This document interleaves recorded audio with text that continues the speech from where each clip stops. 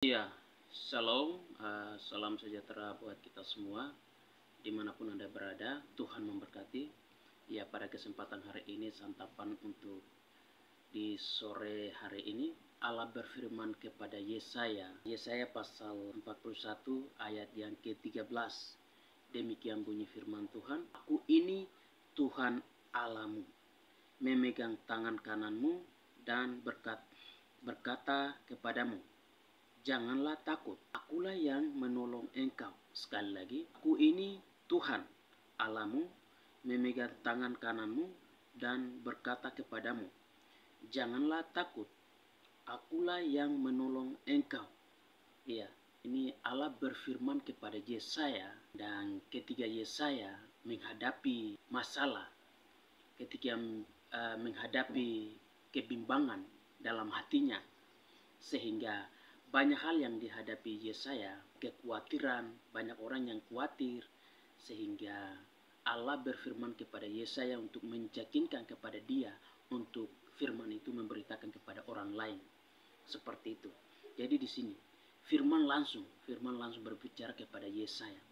Di sini akulah, ini aku. Ini aku ini. Itu aku ini. Tuhan Allahmu. Jadi Tuhan yang mengatakan kepada Yesaya untuk menyampaikan kebenaran firman untuk yang lain, memegang tanganmu, memegang tangan kananmu. Jadi Allah memegang dia di tangan kanan. Kalau dibilang itu menjadi asistennya Tuhan, ya, menyambung lidahnya Tuhan, sehingga Yesaya berani menyampaikan kebenaran firman Tuhan kepada umat Israel. Karena umat Israel banyak yang bimbang, banyak yang ragu-ragu, banyak yang tidak percaya, banyak yang masih ragu-ragu. Sehingga Yesaya meyakinkan umat Israel bahwa Allah lah yang melindungi mereka, Allah lah yang menyertai mereka di mana-mana mereka berada, Allah lah yang menyertai mereka. Seperti itu. Jadi ini firman Tuhan yang luar biasa yang telah menyampaikan Yesaya. Di sini ada juga.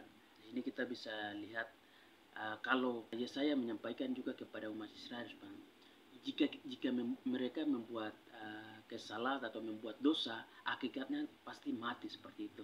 Di sini juga di perjanjian baru digenapi dalam Roma pasal 6 ayat 23. Sebab upah dosa ialah maut, tetapi karunia Allah ialah hidup yang kekal dalam Kristus Yesus Tuhan kita. Jadi sebab upah dosa ialah maut. Jadi bagi siapa yang melakukan dosa, bagi siapa yang melakukan kejahatan, bagi siapa yang melakukan penyesatan, pasti akan mati. Mati jasmani, tetapi masih kekal juga. Mati jasmani secara tubuh akan mati, kita akan mati.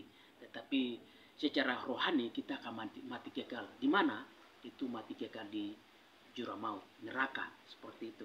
Tapi di sini tetapi karunia Allah ialah hidup yang kekal.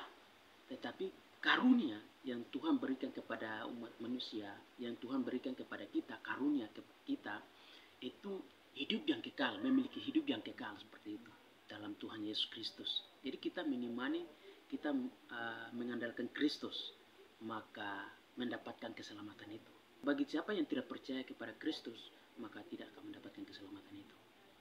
Seperti itu. Jadi ini firman Tuhan sangat jelas. Ya.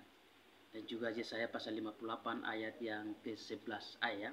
Jadi Tuhan akan menuntun engkau senantiasa. Tuhan akan menuntun engkau senantiasa. Di mana-mana engkau berada, di mana engkau ada, entah itu tempat yang baik, entah itu tempat yang buruk, tetapi Tuhan selalu menyertai engkau. Kapanpun, dimanapun, situasi apapun, Tuhan akan menyertai engkau. Tuhan tidak akan pernah membiarkan engkau, dan akan memuaskan hatimu di tanah yang kering, dan akan memperbarui kekuatanmu. Jadi walaupun tanah yang kering, tetapi Tuhan akan memberikan kekuatan. Seperti itu. Jadi ini luar biasa. Yesaya ini yang menghadapi yang kekeringan ini, tapi dia berani menyampaikan kebenaran firman Tuhan.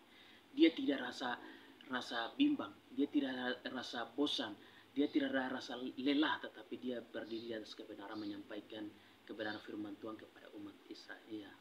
Di sini juga dia bilang, sebab seperti tubuh tanpa roh adalah mati, demikian jugalah iman tanpa perbuatan adalah mati. Yakobus pasal 2 ayat 26. Jadi iman tanpa perbuatan hakikatnya mati. Seperti itu. Kita mengimani Yesus, lalu kita melakukan perintah Yesus. Seperti itu. Jadi firman Tuhan itu hidup. Kita jangan menganggap firman Tuhan itu sebuah cerita. Tetapi bagaimana kita merenungkan kebenaran firman itu. Bagaimana kita menganalisa keajaiban Tuhan, kedaulatan Tuhan atas hidup kita. Bagaimana Tuhan buat dalam hidup kita. Merenungkan setiap waktu, setiap detik. Seperti itu. Jadi firman Tuhan telah mengajak kita untuk bagaimana kita menekuni firman Tuhan, bagaimana kita melakukan perintah Tuhan, supaya pada akhirat nanti kita disambut dengan penuh dengan sukacita, bukan disambut dengan penuh dengan penderitaan, melainkan penuh dengan sukacita, penuh dengan damai. Jika kita percaya kepada Kristus, maka kami akan dapat keselamatan yang hidup kekal. Yesus memberkati. Shalom.